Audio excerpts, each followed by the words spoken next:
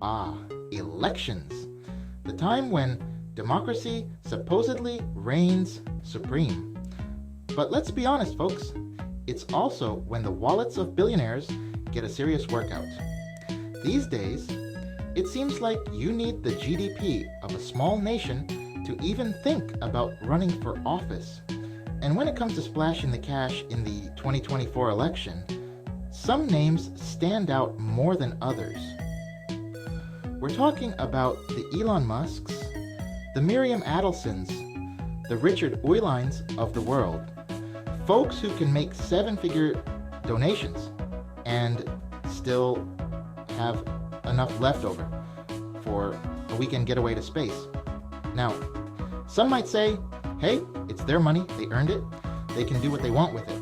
And to that I say, sure, you're not wrong. But it does make you wonder, doesn't it? What's the impact of all this billionaire money flooding the political system? Does it give these mega donors an unfair advantage? Does it drown out the voices of ordinary Americans? These are questions we'll be dissecting tonight, so buckle up. Let's start with the man who needs no introduction, but we'll give him one anyway. Elon Musk, the Tesla tycoon, the SpaceX visionary. He's also become a major player in the 2024 election, supporting Donald Trump. Musk's donations, $75 million, went to a pro-Trump super PAC called America PAC. America PAC can raise and spend unlimited amounts of money, as long as it doesn't directly coordinate with the candidate's campaign. They're throwing it at anything that might move the needle in their favor.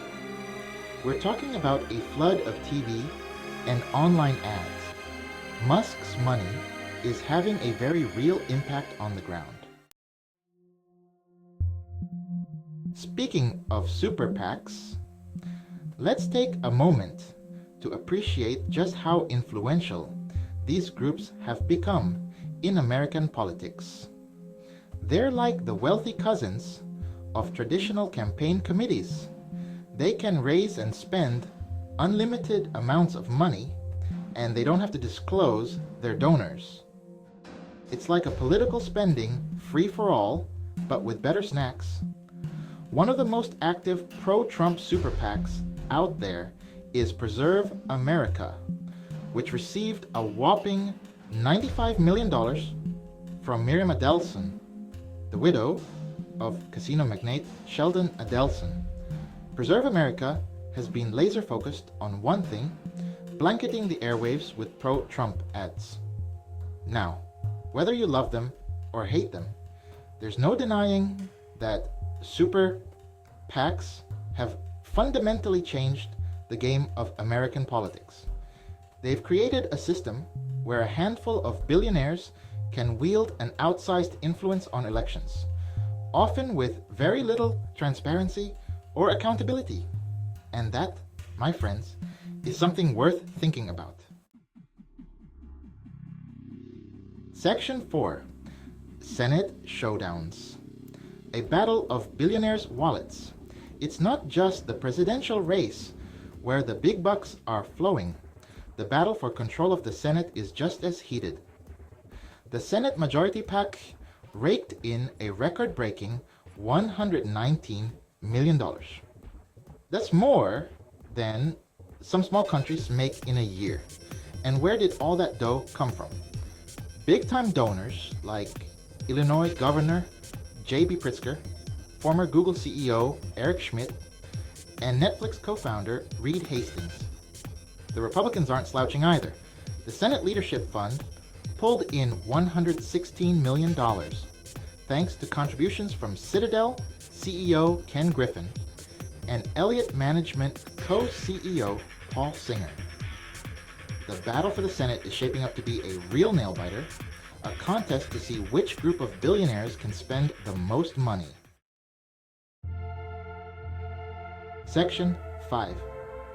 The House, where every dollar makes a difference.